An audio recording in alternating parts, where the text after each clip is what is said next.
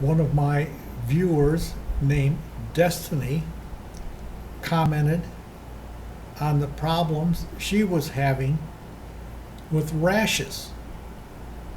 Well, I appreciate your comment, Destiny, and it made me think. There's a lot of people who have rash problems. And how do I know this?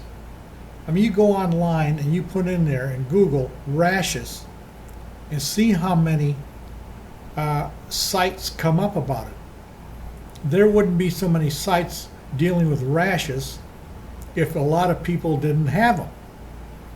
But she was commenting on the water in a shower aggravates the rash. Well, that happens to me when my rash is bad. The bang, bang, bang, the pinging of the water will aggravate the rash. And I got to get out of the shower because I can't take much of it.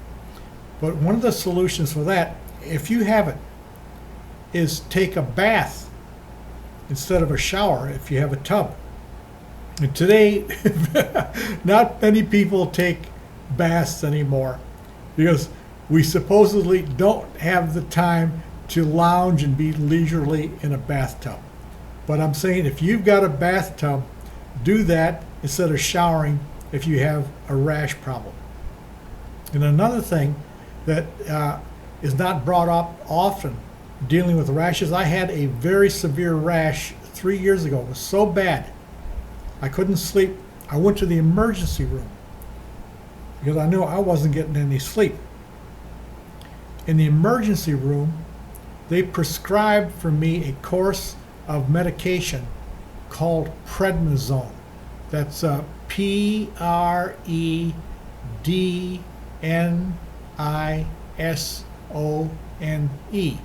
Prednisone. And I'm trying to remember how I took it. It was pills, and you start off on a high dose, and you work your way down 5 or 7 days, whatever it is, to stopping it. That cleared up that rash.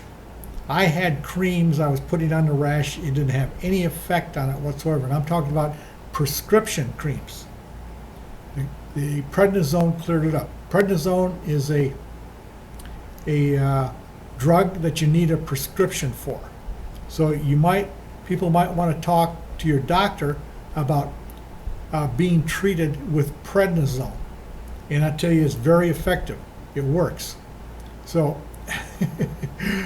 I can tell there's a lot of people with the same rash problems. These are a few tips for taking care of it.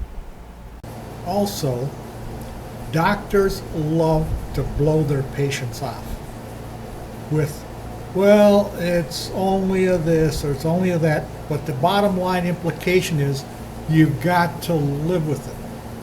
That's the doctor's diagnosis and recommendation. I'm sorry, but you have to live with it. That's called doctor blowing the patient off. If you've got a medical plan, tell that doctor you want to see a specialist. He'll refer you to a specialist. If for some stupid reason he won't, get another doctor. But then go to a specialist and show him your problem. And just keep going back until they come up with a solution. Or they throw their hands up in the air and say, I don't know. You got to live with it. I don't have to live with nothing. Have them recommend another specialist above them. But doctors love to blow patients off with. It's just something that you've got to live with.